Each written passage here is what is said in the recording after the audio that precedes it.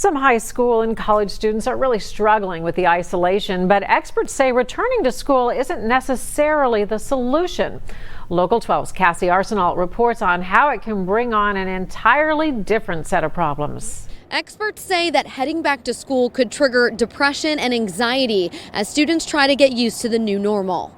Your heart rate goes up, there's a shallowness in your breath, and you kind of just feel very uneasy. 22-year-old UC student Evan Starling is describing the crippling feeling of his anxiety. That's what really provokes my anxiety, when I don't know what the outcome of a situation is going to be. And there will be a lot of that not knowing as in-person learning and events slowly phase back in from the college level to high school and middle schools. Greater Cincinnati Behavioral Health Services works with 16 schools, connecting children to mental health resources.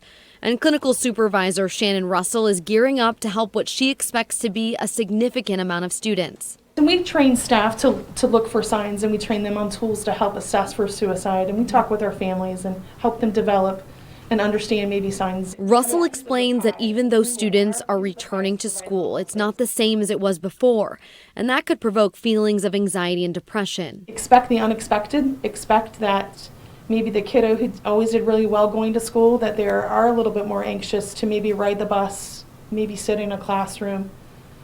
Due to COVID fears, or again, my friend group has changed and I don't know where I'm going to sit at lunch. Mix that with social distancing and wearing masks, it may be a lot to process for students of all ages. Starling keeping in mind this global crisis could present opportunity, an opportunity to keep mental health front of mind. Greater Cincinnati Behavioral Health Services suggests that it's a good idea to talk to your child, teen, or college student before they head back to school.